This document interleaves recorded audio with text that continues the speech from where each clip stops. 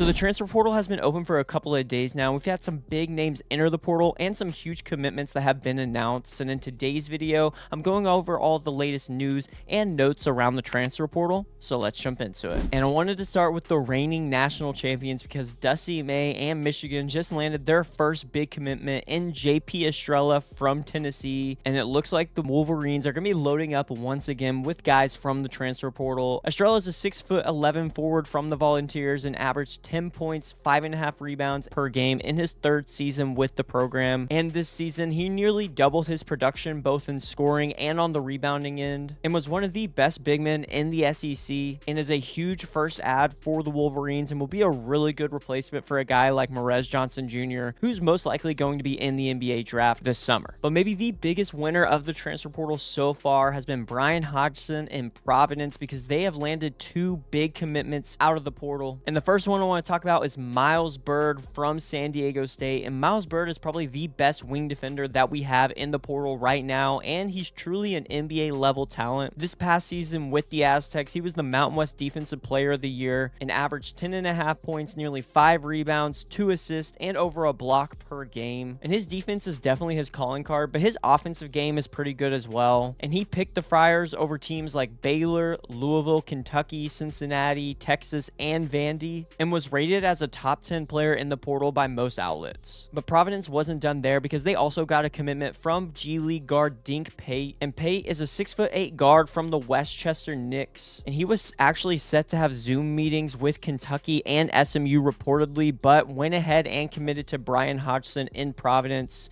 Across 50 games in the G League this season, Pate averaged 16.5 points, 7 rebounds, and 4 assists per outing, while shooting 40% from the floor and nearly 35% from deep. And we knew Pate had interest coming to college basketball because he announced that back in January. But his status as a professional player being in the G League has always been in question, but he's never played an NBA game, so I'm assuming he's going to get his eligibility from the NCAA. And with all of his experience in the G League, Pate is going to be a really nice addition to this Friars squad for next season. But there were also a few other commitments that were made. The first one I want to mention is Oswin Erhunmwunse, the former Providence big man. He has now committed to Allen Huss and Creighton, and the 6'10" sophomore averaged 7 points, 8 rebounds, and 2 blocks per game this past season with the Friars, and led Providence in rebounding and blocks on the year. And he was one of the top bigs in the portal, especially early on, so Creighton's getting a really good replacement for Owen Freeman, who actually just announced that he's going to be transferring out of Creighton after his disappointing season with the Blue Jays. And then even before that, we had Gavin Doty from Siena announcing that he is going to commit to Syracuse and follow his head coach Jerry McNamara to the Orange. And if you haven't heard of Doty, he was one of the better players in the mid-majors last season, averaged 18 points, 7 rebounds, 2 assists, and over a steal per game with Siena,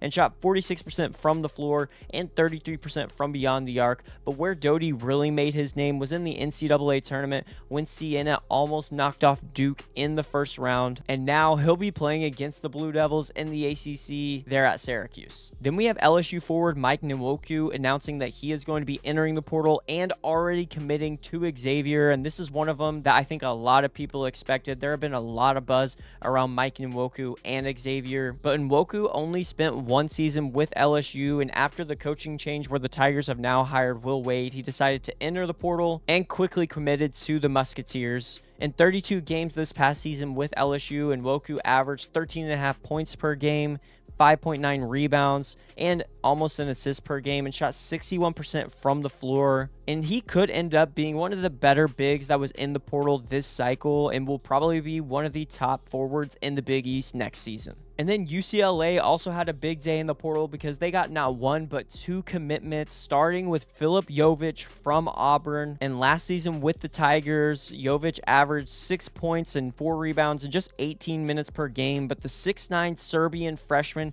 had his biggest impact late in the season in the NIT tournament, where Auburn went off to win it, because because he was outstanding down that stretch and got a lot more minutes than we saw there in the regular season. But then Mick Cronin and the Bruins didn't stop there. They went out and got Mississippi State transfer Syrgay Makara, who is also now committed to UCLA, and he's a 6'9" Slovenian big man who averaged 5 points and 5 rebounds in 18 minutes per game this past season with the Bulldogs. So it was a big day for Mick Cronin and the Bruins, who have now signed 2 Balkan big men in Filip Jovic and Syrgay Makara, and it looks like they might be trying to do what Brad Underwood and Illinois did last offseason. But now I want to talk about some of the new entrants we have into the transfer portal, and I'll start off with one of the newest ones, and that's Alvaro Folguieras from Iowa. And Folguieras announced he was entering the transfer portal earlier today, and the 6'10 junior averaged 8.5 points this season, but is most well known for hitting that game-winning shot against Florida to knock off the Gators in the round of 32 in this year's NCAA tournament. But overall, Folguieras put together a solid season. As I mentioned, averaged 8.5 points,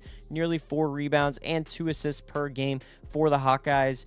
And he's a 6'10" forward, but provides versatility because he's capable of stretching the floor, which is something that we don't necessarily have a lot of in the portal right now. So I do think Alvaro Folguieras is going to command a decent amount of money from whatever team he ends up committing to. But I'm not sure leaving Ben McCollum and Iowa system was the right move from Folguieras, because I really felt like he was going to be able to flourish with the Hawkeyes this season. But it looks like he'll end up in the transfer portal, but right now it's too early to tell what teams are interested. But one of my favorite players who have recently announced they're entering the portal is David Punch from TCU. And David Punch was one of the better forwards in the Big 12 last offseason. And to me, he immediately becomes one of the top available forwards in the portal.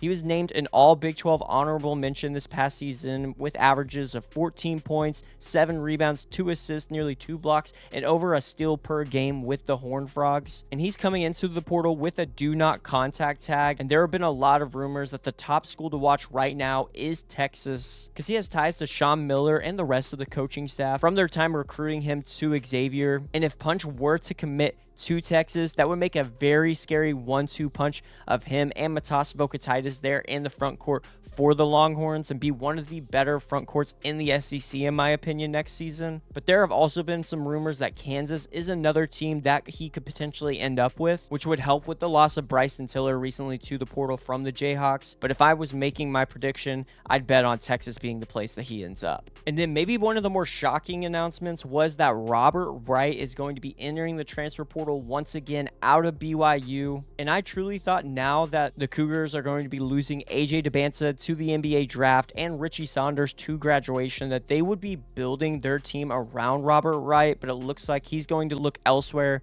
and Wright immediately becomes one of the top point guards in the transfer portal. And he was already good as a freshman at Baylor, but then in his sophomore season with BYU, he averaged 18 points, 4.5 assists per game, shot 41% from 3, and was a third-team all Big 12 selection. And so he's going to have a ton of suitors out there looking to get him to commit. But right now, the top schools, it seems like, are Arkansas, Kentucky, and Ohio State, and all 3 of those schools are in need of a starting point guard after losing theirs to either the draft or the portal. But to me, it seems like the top schools are going to be Arkansas and Kentucky. But the Cougars also lost another player to the portal, and it was Kennard Davis. And the 6'6" junior only spent 1 season at BYU after playing his first 2 years in college basketball at Southern Illinois, but he started all 32 games for the Cougars this season and averaged 8.5 points, nearly 3 rebounds, and over assists per game. And this is likely due to his role not being as big as we probably expected, as he was firmly the 4th or maybe even the 5th option behind AJ DeBanza, Robert Wright, and Richie Saunders there at BYU. But if you remember back to his sophomore season, he was averaging over 16 points per game at Southern Illinois and was one of the top players in the portal last cycle. So if he can get back to that production, I do think he could be a really good pickup for a lot of different schools. But another big name to have entered the portal was actually a former BYU player, but he is transferring out of Kentucky, and that is Collin Chandler, who has announced that he is entering the NCAA transfer portal. And this might be the biggest loss for Mark Pope and the Wildcats, because he was one guy that I thought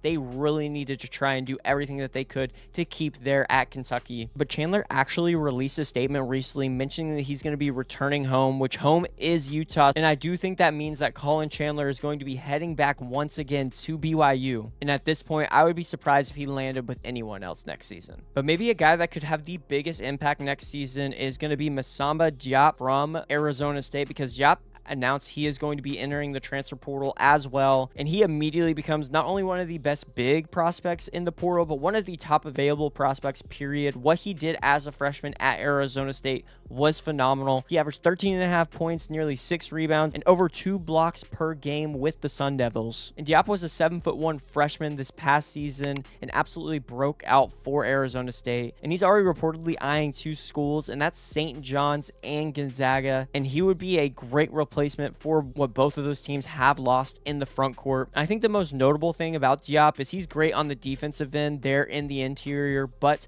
on the offensive end, he has shown the ability that he can step out and shoot the 3 ball. And for Gonzaga, if they could pair him with Braden Huff, I think that could be a lethal duo there in the front court, but he would also be a great replacement for Zuby Ejiofor there at St. John's. Then we have Donnie Freeman from Syracuse, who is going to be entering the transfer portal, and he's going to be one of the top players that a lot of teams are looking at just for what he can do on both ends of the floor. With Syracuse this past season, Freeman was their leading scorer and rebounder, averaging 16.5 points and over 7 rebounds per game, and was an all-ACC honorable mention there for the Orange. And Donnie Freeman is undeniably talented and will most likely be playing in the NBA at some point, but he definitely has some work to do, most notably his shooting from beyond the arc. But even without being one of the best three-point shooters, he's one of the best players in college basketball, and there are a lot of schools interested, but probably the most notable ones so far are Kentucky, Alabama, and I've even heard mentions of UConn being interested as well. And I think any team that lands Freeman is going to be thrilled with what they get next season. But then I want to talk about Duke, because although they've been mentioned as being very active in trying to acquire guys out of the portal, they actually just lost 2, and that's Nikolas Khamenia and Darren Harris.